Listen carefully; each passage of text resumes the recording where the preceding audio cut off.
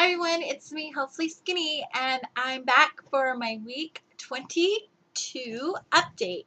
So we'll start off with the numbers, and unfortunately, I forgot to weigh myself the past 3 days because Christmas. So I won't have today's weight in, but maybe I'll make one later in the week since yeah,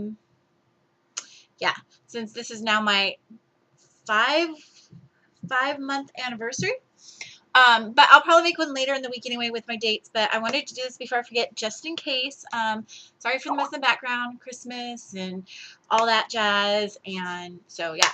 So start off with my highest recorded weight was 557 pounds. July 24th, my surgery date, I weighed in at 366. And last week I weighed in at 276. So that's, yeah, so I think basically I'm just going to say I weigh about the same. I probably lost a couple pounds, but in all honesty, I have not weighed myself between the Christmas party, which went fabulous, and, the holidays and Christmas Eve and, all that stuff. And yesterday was my mom's birthday. And so today we're going out to dinner with her, hence the, curls and the dress up and stuff.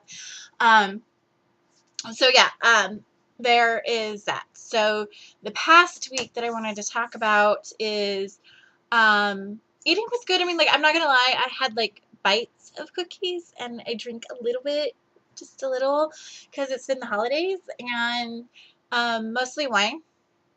And I did have to take a shot of whiskey with a new girlfriend, and yeah, whiskey's really not my thing, like not my thing at all. But I did try a shot of Fireball, which is cinnamon whiskey, which I did like that, but I love cinnamon. So yeah, so drinking, I can understand how it becomes a problem after surgery, because I definitely have a taste for it now that I didn't have before surgery. I was only drinking 2 to 3 times a year, and I'm drinking a little bit more than that. Uh, but it's not a problem yet, but I can see that it can become a problem. So I think that's something you should be aware of, especially after surgery. I know my surgeon and my team of specialists spoke about cross dependency and how a lot of people who didn't have the taste for alcohol developed a taste for it later. So some things that happened. I had a Christmas party and it went off fabulous. I had some new friends, some old friends, some people showed up, more people showed up than I thought, so it was great. I also had a friend come too. He was the gentleman that I was dating, and yeah, so it's kind of interesting because I realized and this isn't just in particular one person, or it's just in general, where I've noticed that there are quite a bit of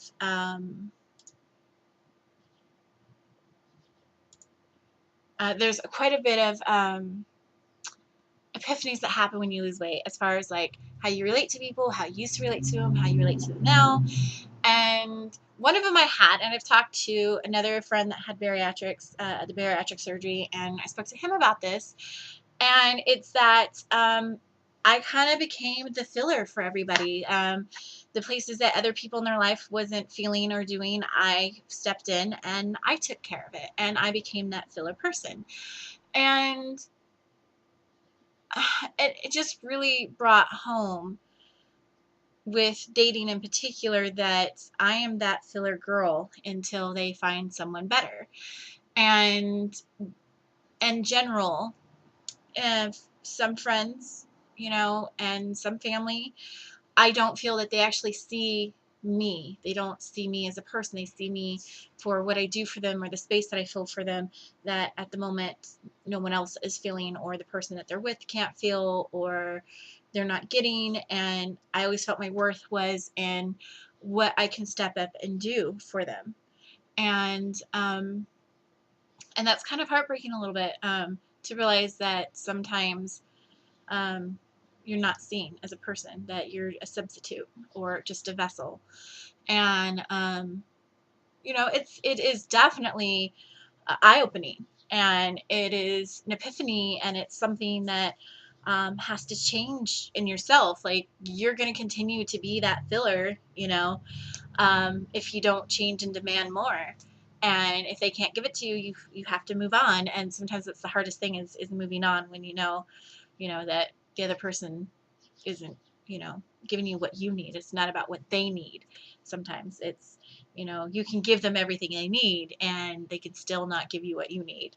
So it was learning about that and realizing that no matter how good you are, or how well behaved you are, or you're doing everything right, or everything they want, or whatever, that you are not the one. You're not the one for them, or you're not the person for them, or you're not the friend for them, whatever it is. And if they can't give you what you need back, you got to go and move on.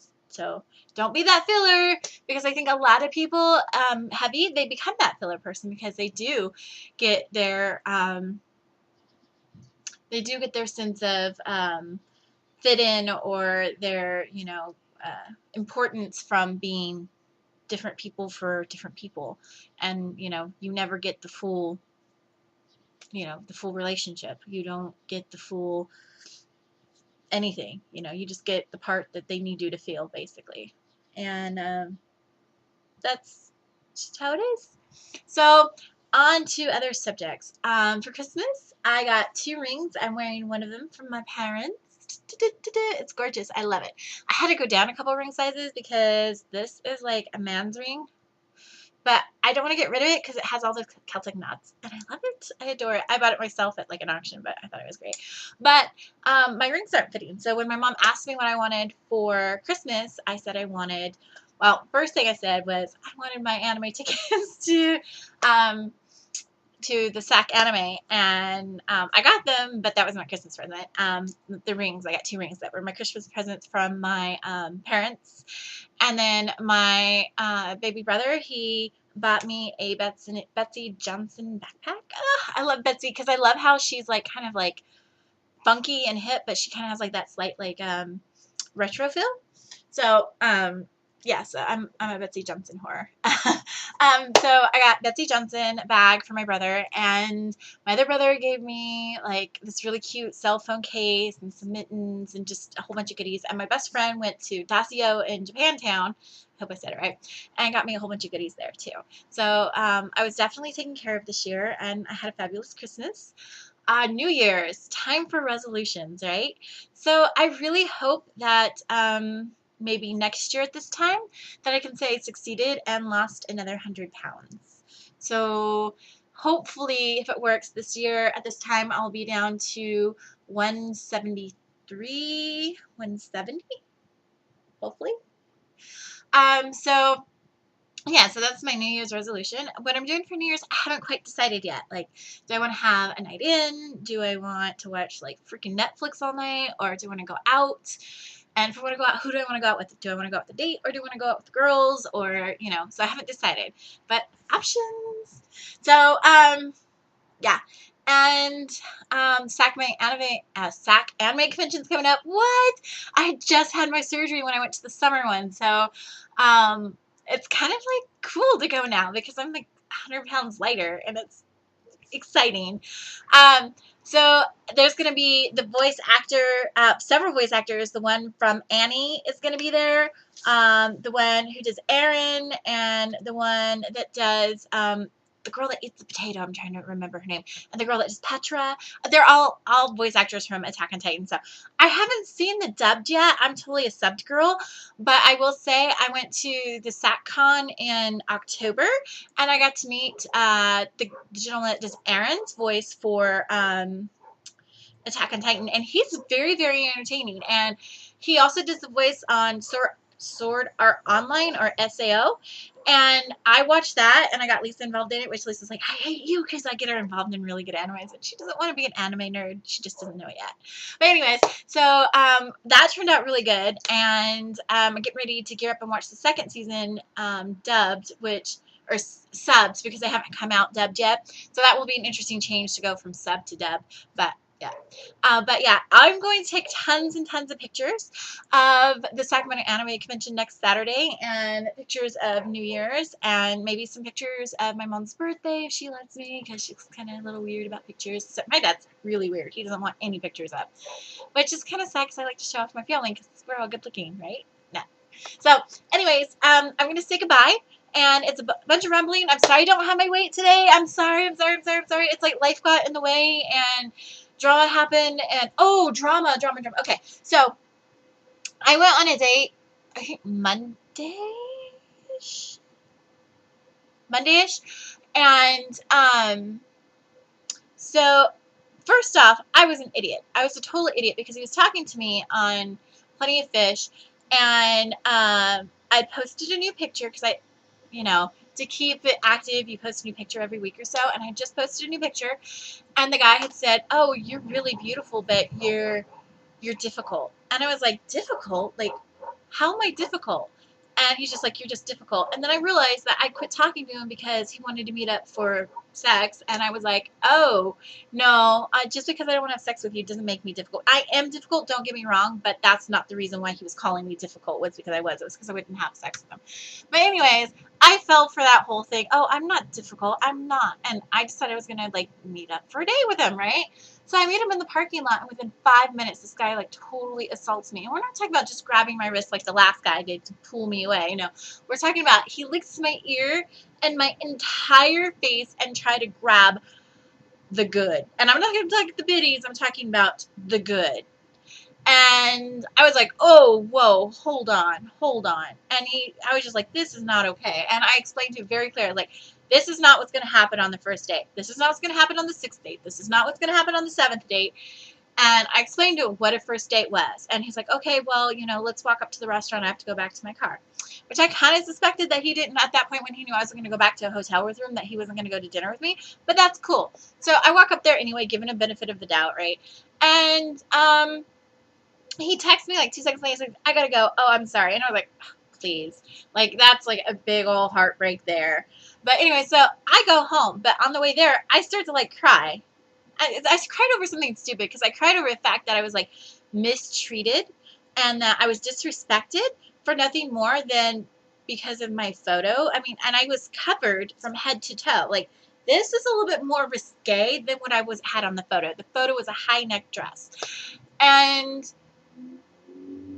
I guess it's because the look in my eyes was that my posture and the look in my face and my eyebrows had said that I wore my sexuality out there for everyone to see. And I don't necessarily think that that's something wrong or something shameful or something to hide. At that moment when I took that picture, I was feeling sexy and confident and beautiful and, all those things, and that picture reflected it. And I don't think that because my picture reflected just one side of me, one picture that I have several of up, one picture that didn't even expose any bits or cleavage or anything that I would be okay with my mother seeing, is a reason for someone to give me negative sexual attention.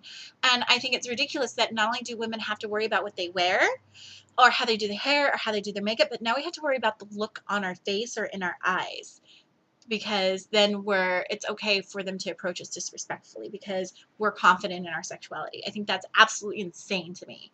But okay, so I'm going to say goodbye, and hopefully I'll see you guys later in the week. So remember, my friends, that losing weight is not about a number or a size. It's about getting healthy. And I hope the other side of surgery is bright for you as it was for me. So bye, my dears.